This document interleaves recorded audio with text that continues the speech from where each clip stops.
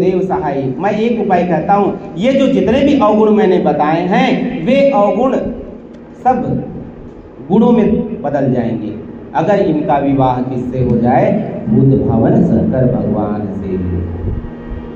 शंकर भगवान से इनका विवाह हो जाए तो जो अगुण है वह भी गुण में बदल जाएंगे, क्योंकि समर्थवान को कोई दोष नहीं लगता। अग्नि और विष्णु जी और गंगा जी, इनको कभी भी कोई दोष नहीं लगता। इस प्रकार से बता करके नारद जी चले गए अगर इनका विवाह इनसे हो जाए। तब हिमालय राज अपने कमरे में अकेले थे। उसी समय मैना देवी जाती हैं और मैना देवी जा करके कहती हैं कि हे पति परमेश्वर, हमारी पुत्री इतनी सुकोमल है और इनका पति ऐसा होगा, तो हम इसका यदि विवाह ही नहीं करें तो कैसा रहेगा। भले ही इनका विवाह ना हो मगर ये ऐसे ही रहे तभी ठीक है मुझे। तब हिमाचल जी बोलते हैं कि जो नारद जी ने कह के गए हैं, भले ही चंद्रमा में अग्नि हो सकती है मगर नारद जी के वचन झूठे नहीं हो सकते हैं। उसी समय माता पार्वती जी का आगमन होता है और माता पार्वती के आगमन होने पर माता पार्वती जी अपनी माता से क्या कहती हैं, हे माता सुनहि मातु मैं दीख अस सपना। हे माता, मैंने एक सपना देखा। क्या सपना देखा? सुंदर गौर सुविप्रवर अस उपदेशो मोहि। एक सुंदर विप्र आए थे, गौर वर्ण के, गोरे। वे विप्र सपने में कौन थे? स्मरण कीजिए, कौन हो सकते हैं? थोड़ा सोचिए। क्या नारद जी हो सकते हैं? नहीं, नारद जी तो पहले ही उपदेश देके चले गए। क्या बुद्ध भगवान शंकर भगवान हो सकते हैं?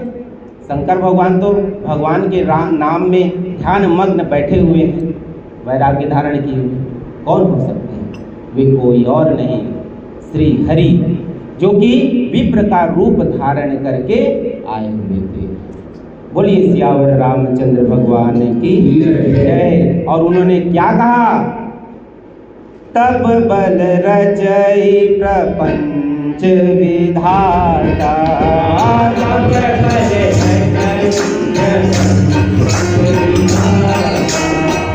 तब बल विष्णु सकल जग त्राता,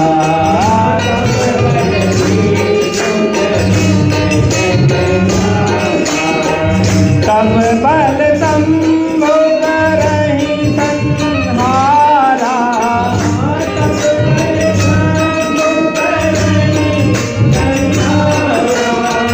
तब बल विष्णु धरहि महिमारा,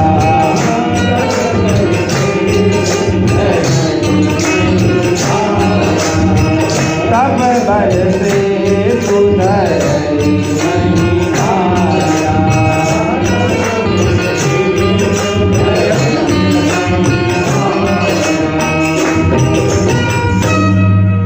गौर वर्ण में आए हुए थे जो विप्र, वे माता पार्वती को क्या कह के गए?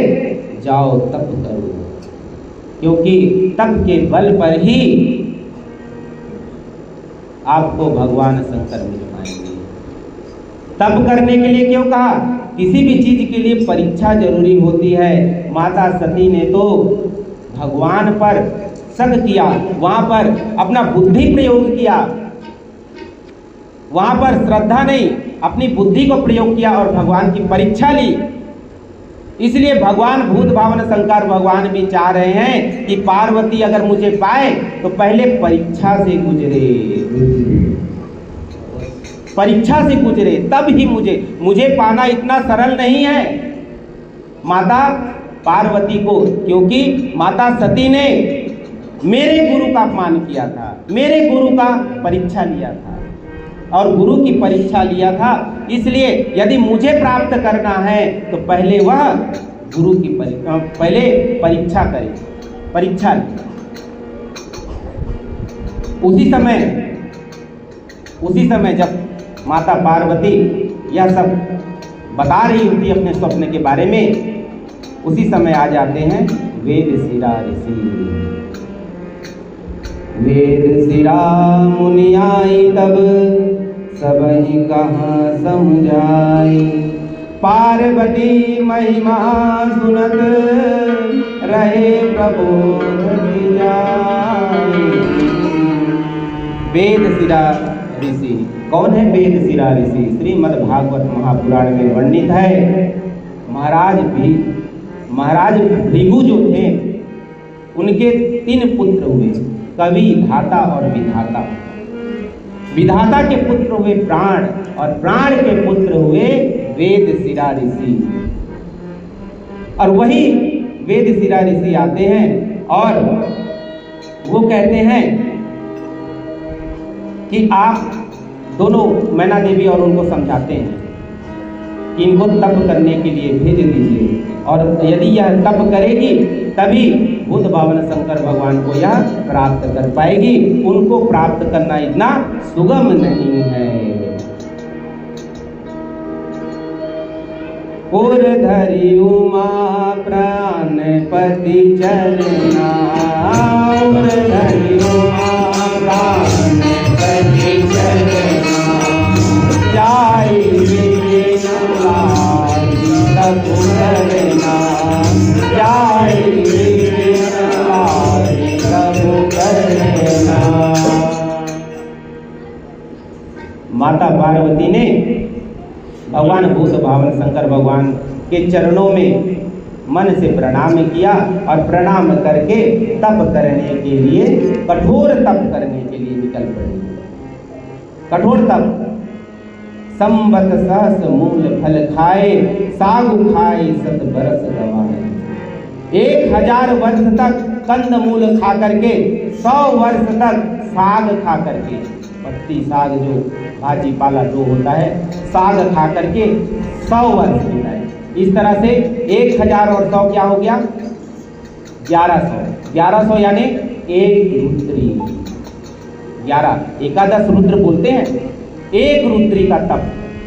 इसके पश्चात कछु दिन भोजन बारी बतासा, किए कठिन कछु दिन उपवासा। कछु दिन अर्थात कुछ दिन, अर्थात 1000 वर्ष तक फिर हवा का पानी, जल का पान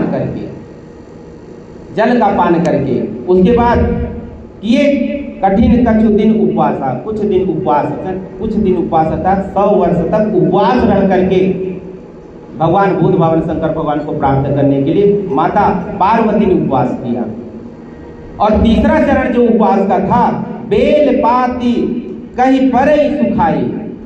सूखे बेल पत्ते जो नीचे गिरे हुए थे, वो भी तोड़ के नहीं, जो सूखे हुए बेल पत्ते थे उनको खा करके कितने?